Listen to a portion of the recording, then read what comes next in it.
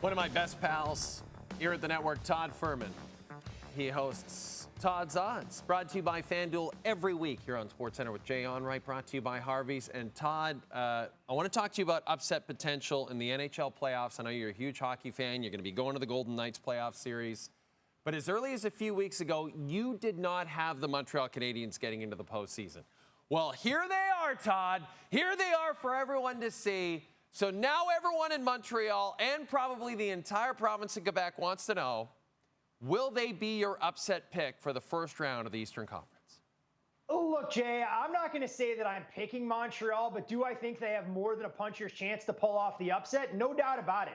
I think when you look at the way the Canadiens finished out the regular season, it was a group that hasn't played in games of that magnitude all that often. They look tight.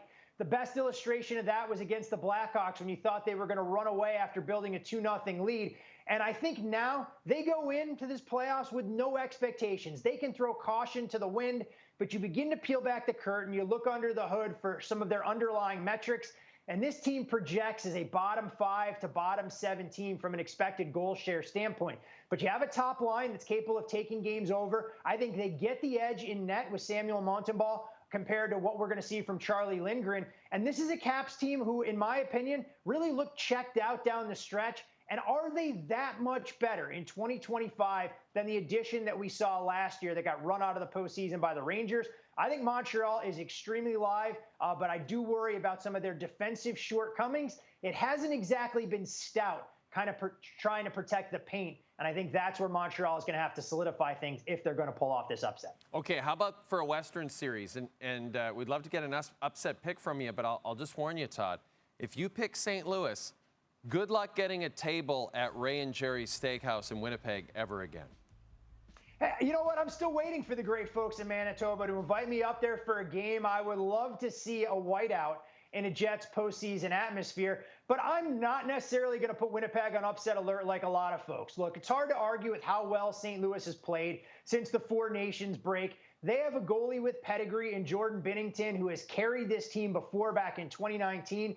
And while this group has a lot of those same parallels, I think this Winnipeg team just looks and feels different. Now, Jay, I'm a little bit concerned about some of the injuries, and we'll see if Gabe Vilardi is available for Game 1. We know Nikolai Ehlers is going to be week to week, so I don't expect him to make a major contribution. But you have to think that Connor Hellebuyck is finally going to have an opportunity to exercise some of those demons. And you love the little side plot and potential revenge here. Hellebuyck came up short against Jordan Binnington in the Four Nations. Maybe this is where he can exact a measure revenge. And the President's Trophy curse doesn't reign supreme with the Jets punching their ticket to the second round. That's an excellent point about the Four Nations. And speaking of Connor Hellebuyck, in terms of odds to win the Conn Smythe Trophy on FanDuel, you got Connor Hellebuyck, you got Nathan MacKinnon second, you got Connor McDavid third, you got a couple other names down the board, including one who plays for your favorite team. Do you have any names that you like further down the board, Todd? So all of those numbers there, you can understand why they're players with high profiles and why they're priced the way they are by our friends at FanDuel. But Jay, this is a market where I think there's a little bit of opportunity for us to live more dangerously. And because I didn't quite understand the assignment, I'm not just going to pick one player in this particular market. I'm going to go much further down the board. I can see making a case for Leon Draisaitl at 24-1, but that's not really all that much fun either. So what about an Anthony Stolarz at 80-1? If this Leafs team is supposed to look and feel different, maybe Stolarz can be the guy that Jordan Binnington was in 2019 when the Blues finally broke through. If Winnipeg is going to be the side, they're going to have somebody score goals. And when you see Mark Scheifele at 100-1, hard to ignore that he could be the X factor up front. Jay Gensel at 120-1. I mean, we saw Jonathan Marchessault not get a lot of buzz and fanfare when the Golden Knights won the Stanley Cup. Stuart Skinner at 160-1 for the Edmonton Oilers if they're able to play with a little bit more defensive structure. We can go even further than that and say that maybe a player of Quentin Byfield's caliber comes of age at 220-1. And then a guy, Jay, way down the board for a Colorado team that I'm extremely high on. Nathan MacKinnon and Cale Makar are going to get all the buzz. But there is a guy on that roster we know that when he gets hot, he's capable of filling up the back of the net. Why not take a flyer on Val Nichushkin at 320 to 1? Wow. I mean, look, these are 5 to 6 guys that you put a few bucks on. They're glorified lottery tickets, but we have seen players come from off the pace to take home the Conn Smythe with some of these Cinderella runs. That is really useful information. Let's see if you can carry it over to the odds to win the Stanley Cup. Again, brought to you by FanDuel. And a surprising name up top, Todd. And this had our director of scouting, Craig Button, absolutely befuddled earlier in the show. He could not make heads or tails of the Carolina Hurricanes being the favorite to win the Cup. Todd, can you help explain to us why Carolina is on top right now? So, Jay, this is where we nerd out a little bit, and we might lose a lot of our viewers who have been tuning in for the entertainment value that your show provides. Nobody has Carolina power rated the top team in the league. Not an odds maker I've talked to, not a professional bettor.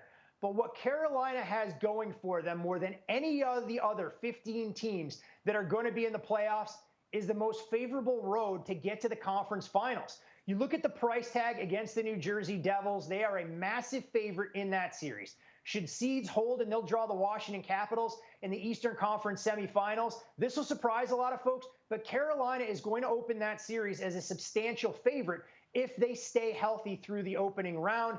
And then when you get to the conference final potentially that looms, it's going to be a real war of attrition. Toronto, Ottawa, Florida, or Tampa, whoever emerges is going to be beaten up from playing 2 physically demanding series. And that's part of the reason why odds makers have shortened the price on Carolina substantially. And you can understand why the math is playing a bigger role here, because Carolina, from a power rating standpoint, not the #1 team in the league, but they do have a path on paper that could give them a competitive advantage over every other team in the field. I don't think we lost any viewers there. That was really well explained by you, Todd. I'm impressed. Finally, you made just one Stanley Cup pick this season. That was Edmonton last week. Do you want maybe add a few more names to that list before we get going this weekend? You know, Jay, I was looking at the board, trying to make a compelling case for a long shot, maybe come in with something like Ottawa, or, again, not extend my olive branch to our friends in Manitoba, but I'm going to ride with the Edmonton Oilers. I know a lot of people are calling them a potential first-round victim against the Los Angeles Kings, that maybe the 4th time is the charm. But I get the feeling, even without Matthias Ekholm to anchor that blue line, that Edmonton is coming in without the buzz, without the fanfare. They still have that star potential. And I really believe this team being able to sit Connor McDavid, sit Leon Draisaitl, give Stuart Skinner some time off, is going to come in well-rested, playing on their front foot. And if they can get players like a Trent Frederic into the lineup, Jake Wallman, Evander Kane, that this Edmonton Oilers team is going to be a very difficult out. I'm sticking with the Oilers as my pick to win the Cup, as the odds reflect right now. Stanley Cup playoffs begin Saturday, and they go all the way until sometime in November. Todd Fuhrman, always a pleasure to talk to you, buddy. We'll see you next week.